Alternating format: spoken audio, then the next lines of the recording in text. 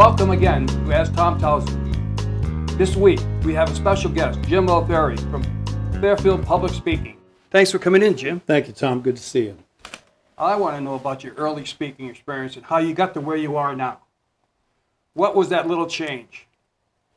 Well, back in grade school in Vienna, Virginia, I was barely in 7th grade at Catholic school. One of the nuns said, "We'd like you to do the reading for Mass." And I said, "Fine." So I get up behind the podium, the lectern as they call it, with a microphone.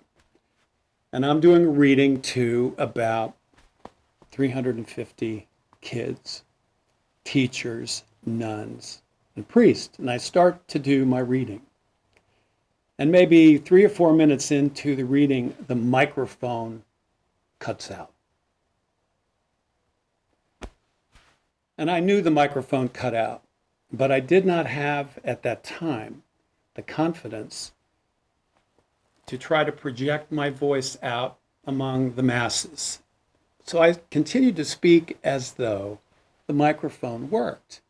The result was that half of the church didn't hear a thing that I said.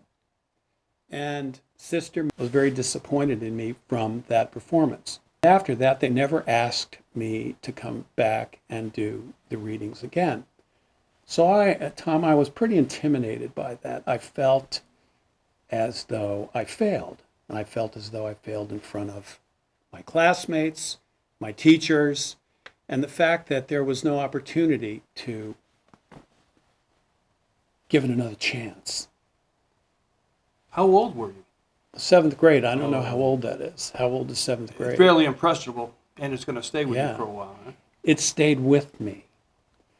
And in high school, I knew that it bothered me, so I took a speech class. And the teacher had everybody get up and give a 2-minute introduction of themselves. I got up and I said, "I believe the most effective speech is a brief one. Thank you." And I went and sat down. And I never went back to the class. So I carried this intimidation and fear of public speaking into my 20s, into my 30s.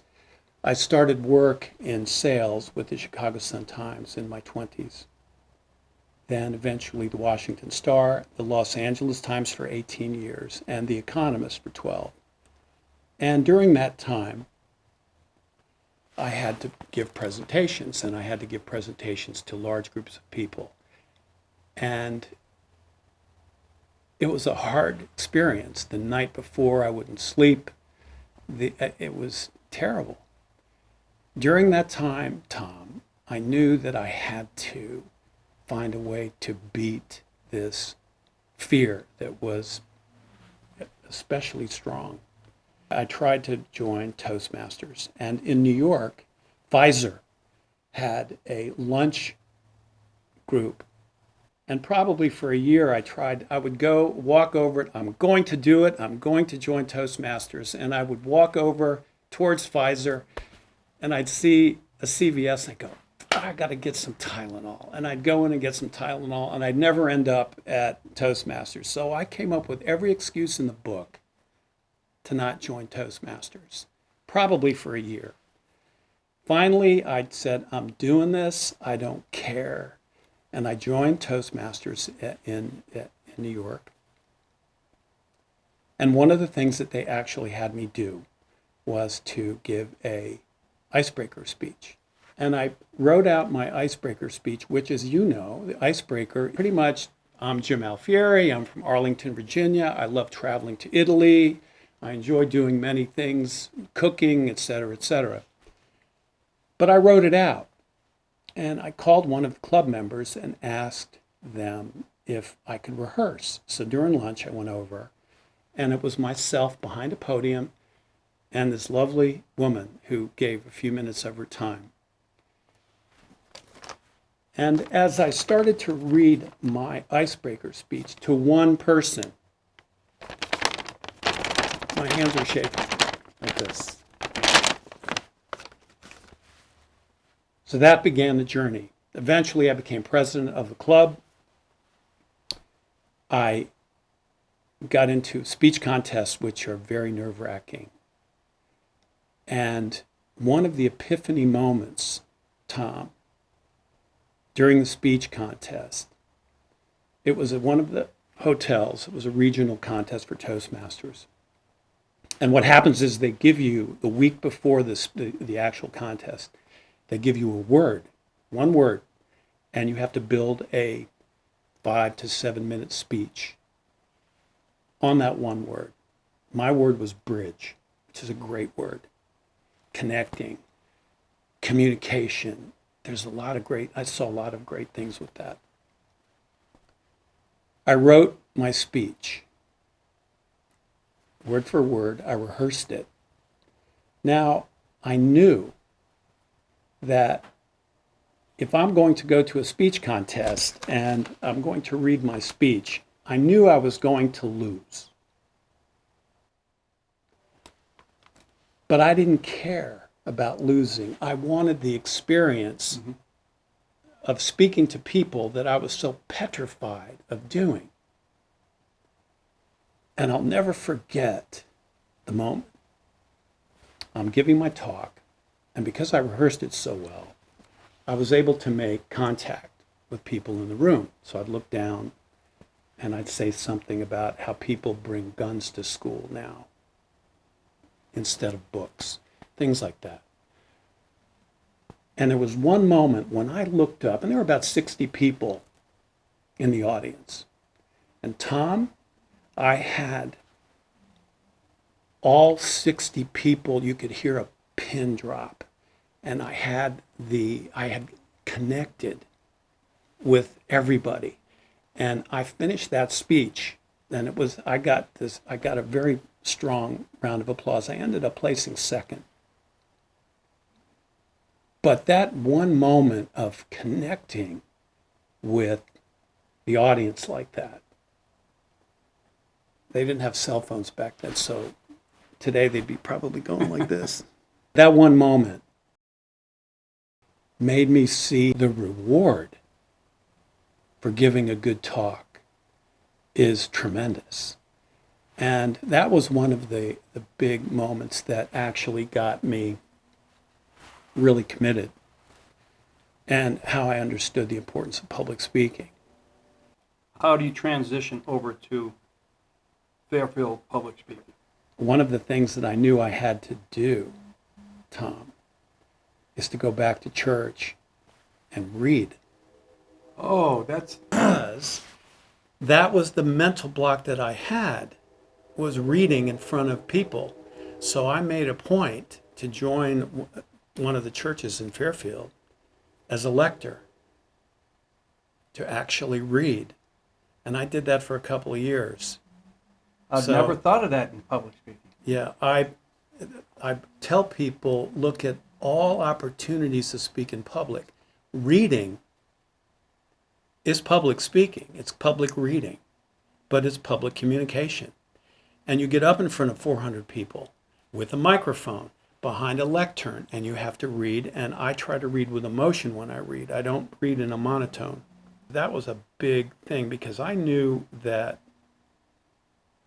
my great fear started in 7th grade with that microphone incident. So I knew I had to get back to that microphone incident again. And that was a big thing for me. Well, I commuted into New York from Connecticut for 30 years. Deborah, who worked for, I call her my train wife, Ralph Lauren, and I talked. And we were talking about public speaking. She said, yeah, I'm petrified. I can't even get up and do this and that. And I said, yeah, well, I know the feeling because I went through that. And I said, well, why don't we start a club? She goes, great idea. Then she said, which I didn't know, she said, meetup.com has opportunities for people to search for different things. It could be cooking class, it could be Taekwondo, it could be Reiki, whatever the case might be. So I joined that, and bam, we got 4 members just like that. So we started in 2010. We had 4 or 5 members. We're now at 38 members, roughly. We meet twice a month at Fairfield Town Hall, first and third Mondays of the month from 7:30 to 8:30. I've had maybe 150, 200 people in the past 9 years come through the club. Chiropractors, policemen, teachers, real estate agents, insurance agents, investors, private equity, anyone that has to talk or communicate. And people have come through the club. Of course, people leave, especially in a professional level. You'll have people moving around a lot. I had the same fear you do. I'm going to come to Fairfield. Do you have a manual or a step for how you would do different type of speaking? We originally tried to become a Toastmasters club. And Toastmasters is terrific because that's how I got started. What I found, Thom, was that to be a successful Toastmasters club requires quite a bit of administration. You need a sergeant at arms, you need to keep a treasurer, you have to have a treasurer's report, you have to have dues in a bank account, and to be a certified club and join speech contests and stuff of that sort, you have to have 20 members paid constantly. It became too much of an administrative thing for me, so we tried it for a couple of years, and I thought, you know what, we're going to do the same public speaking experience, go through the same types of things, except now we're independent with no administrative or real structural issues. Now, when someone joins, I give them a manual. Now, the manual is similar to the Toastmasters manual. It's pretty close, but it doesn't copy it.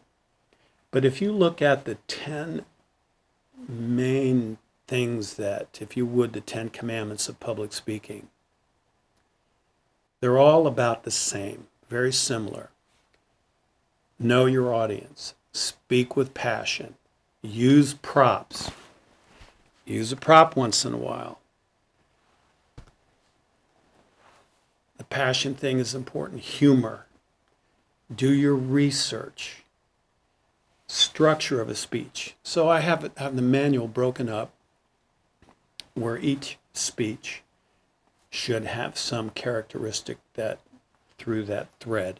And then what we do is we'll evaluate that. Someone will be assigned to evaluate Thom Knowlton's speech on what he loved about the Marine Corps. By the way, thank you for your service in the Marines. You have the same evaluation as Toastmasters. And No. this environment is always positive. Always the feedback. The evaluation, it's our own. We try to say, what can you do better? What could you have done about that speech to make it more compelling? So there's always an element of trying to improve.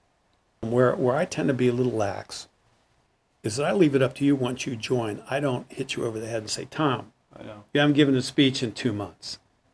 What's going on? I need to push our members a little. They've joined for a reason, so we try to nudge them a little bit. But the main reason is to get them there. We do table topics, which I find to be invaluable, because to be able to think on your feet, even if it's for 2 minutes, to form an opinion, to form an organized communication, and out of nowhere, is valuable. So we do that all the time. Everybody speaks in my club. For clarification, a table topics is like an impromptu speech where you get no prompting, you just have to develop it. Right. Table topics would be, Thom, tell me about your favorite trip that you've taken in your life. Now, how long are these? A couple of 2 minutes? minutes. At 1 minute, there's a sign that comes up that says number 1.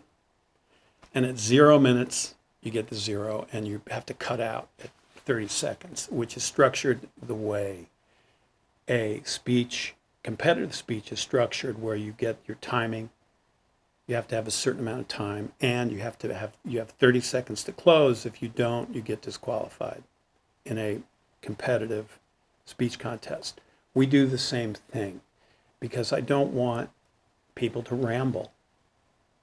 You need to get your thoughts together, and you need 2 minutes to do it. Give me some examples of people that you watched improve over a short period of time or a long period. We have a number of terrific examples, and frankly, it's great when I hear people thank me and thank the club. But we're a very close-knit group, very supportive of each other. And one of our early members, a guy by the name of Eric, is an IT manager. And he's totally afraid of public speaking. And I will add that when he would have to fly to LA or something like that, and he would be sitting in the tarmac in the airplane, he would start to get claustrophobic and almost panicky in this whole thing. But interestingly enough, the club allowed him to address his fears, to work on techniques. And really, this is really interesting. As he got more confident, Thom, in his public speaking, he got promoted. And now he's going around the country giving talks. And he's found that he doesn't have the claustrophobia as bad as it did before in the early stages of his public speaking anxiety. And we think that's very interesting because we believe that if you have a fear of something and you try to address it, it could help you. That could help you in other fears or anxieties in your life because you've built the confidence to address this. And we think that partly because now that he has the confidence with his public speaking, I guess if he knows he's flying to LA and he's sitting on the tarmac and the plane's being delayed for 2 hours, he's not as nervous as he was. But I think it's because, not so much because he's more confident, I think it's also because he has addressed and conquered a big fear in his life. And now this fear, his claustrophobia fear, has lessened. So I think that's very interesting. So Eric is one. There was a gentleman who was a sergeant in the Fairfield police, and he was looking to be promoted to lieutenant. And one of the challenges that he had in getting promoted to being lieutenant, you have to face a panel of experts, and they fire situations at you, and you have to speak how you're going to handle it. So we did something different, and I'll guarantee it's not done. Hasn't been done elsewhere. Myself and a few other people did some research, and we created a panel of our own. And we had a special meeting for him. And his name is Ed. That's all I'll tell you. And we pretended like we were the panel, and we started to fire these questions at him. And it was very helpful to him because it gave him kind of a warm-up. A couple of months later, he got promoted to lieutenant. I was there at the ceremony. So it was very, very neat. It's very gratifying to see my members progress. And it's nothing fancy, Thom. It's nothing extravagant or anything. It's no tricks to it. It's that people, what we all have in common, and I told the club this, is that we all want to take a step forward and becoming a better communicator. That's what we all have in common. We all go out for a beer after our meetings. So there's a camaraderie there. And if a new member comes in, which we get all the time, we have people coming in, they see this group, and we're very supportive too. So it's an important part of the whole process for the club. I'm sure you do, because I do. You teach them about the stage, eye contact, props. They will adopt that maybe into the later speeches once they get comfortable, for emphasis. Absolutely. The props are fantastic because a prop helps to bring a talk to life. And what's the purpose of that? It's engagement, to increase the interest in the audience. If I were to get up and give a 5-minute talk and speak monotone and look straight ahead, if I'm using my hands and I'm speaking with emotion and I'm looking at Bruce, my man Bruce over there, or Susan, and what I try to do is I try to finish a thought while I'm speaking to Susan. I try to finish the whole sentence. I don't go half sentence and then move over to Bruce. But that takes time to build that. The other thing that's huge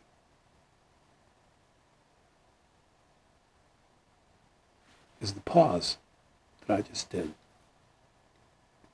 The pause replaces the or the like or the so or the you know. The pause is very powerful. Most people in the beginning of their experience with learning are not comfortable with the pause because people are afraid of silence. But that brief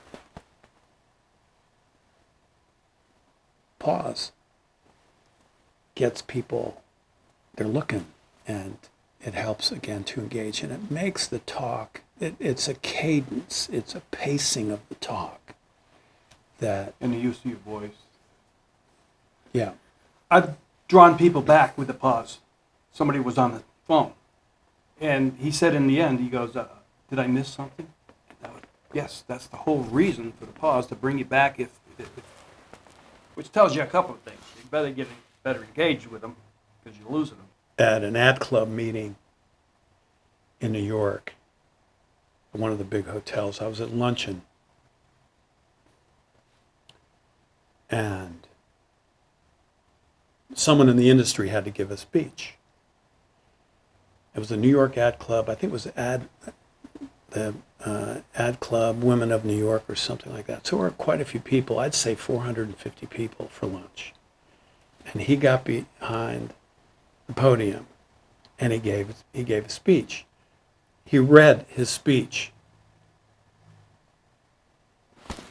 So if I may, he read his speech and he stopped in the middle. He lost his place. And he lost his place.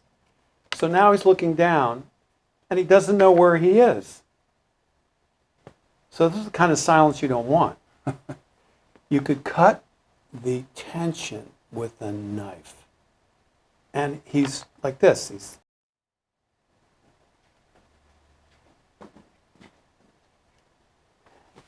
And then he goes, ladies and gentlemen, I'm sorry, but I lost my place. And then he summed up his talk. He didn't even get to finish it. He summed up his talk. And it was the best part of the speech, was the summation of 2 minutes. And it was an extemporaneous talk. But he was comfortable and relaxed. If I knew what I knew now, I would have gone up to him right after, because I guarantee you that moment lived probably something he never forgot. But that experience told me a number of things now. First of all, he didn't prepare properly. Secondly, he was reading a speech, which is very dangerous. Thirdly, he most likely didn't double space his content. And then what I tell people to do, if you have to read your speech, highlight handful of key words in your talk so that if you do get lost, you can see, boom, the highlighted word jumps out at you, and it'll help kind of center you and get you back into where you need to be. But I learned a lot from that. I learned a lot from that experience. So we go through that. That's another thing we go through the club. Always be prepared. Know what you want to talk about. Get in front of a mirror and deliver your talk. If you mess up, don't start over. If you mess up, keep going as though you may have messed up in the real thing. So you're not going to start over if you get your words screwed up. So you're going to keep going. And then go back and do this talk again and then try to finish it all the way through. It's kind of like what I tell people, if you have to give a talk and you create a presentation or a speech, and you have a 10-city tour, that first talk that you give may have some bugs in it, may not be perfect. You might go back and say, gee, I wish I said this, or I forgot to say that. But then once you give that first talk, second, third, fourth, by the time you give in that 10th speech, you'll know. You know the material, you will know the pacing, you will know what things you want to emphasize. So that 10th talk will always be better and more powerful than the first one. I tell people when you practice, it's the same thing. Go through the speech. Go through it 5 times before you actually deliver it. And try not to read. I like them to videotape. Absolutely. Because they go, I don't want to see it. I go, guess what we see? And that's shocking to people, but it's the thing that's needed besides the practice together. And the timing, like you were talking about, and the use of the stage. It is an art. I don't care what anybody says. It's an art. I want to thank you for coming. Thom, thanks for your time. No problem at all. I do appreciate it. Don't you leave yet. You got 2-minute tips to watch. Welcome back to Thom's 2-minute tips or less. Tonight's presentation tip, how to practice. A lot of people believe that you need to practice to be perfect. That's a fallacy. The concept is practice is the path to expertise. Let's talk about 3 techniques you can use to improve your practice. Number 1, audio. You have to audio tape yourself. Everybody has an app on the phone, or you can get one. Most of them are free. I don't care if you're doing it in your car, in the bathroom. I wouldn't do it in the shower. Anywhere you are, keep them. Listen to them over and over again, and they're going to help you with timing, pausing, all the aspects you need to speak. There's an app called Ori, O-R-A-I. O-R-A-I. It's a free app. You speak into it. It talks to you about timing. It shows you when you should slow down or speed up, what percentage you have. It's a very good app. Number 2, the one everybody hates to do is video. You have to do it because some people say, I don't want to see myself. Guess what we see? You need to learn how to improve. The easiest way is the phone, or if you got a tablet, because these have great cameras on them. Videotape yourself every chance you can get. And keep them again, just like the audios, and watch your progression. It's really good for you. Number 3, my favorite, the mirror. Everybody talks about using a mirror, but if you notice, right now I'm looking straight at the camera and I'm concentrating on my face. And that's what a lot of people do, and they say, I practice with a mirror, but I don't get the gestures right. Here's a trick. Hold a piece of paper up in front of your face and take, say, your entire presentation, take it down, watch the recording, and notice, that'll help you notice your body language, which is an asset to your presentation. Use those 3 tips, and we're going to watch your presentation grow, grow, and grow. See you next week for the next tip. What are the days that you meet? Mondays, first and third Mondays of the month. Where? Fairfield Town Hall, 7:30 to 8:30. Everybody's welcome.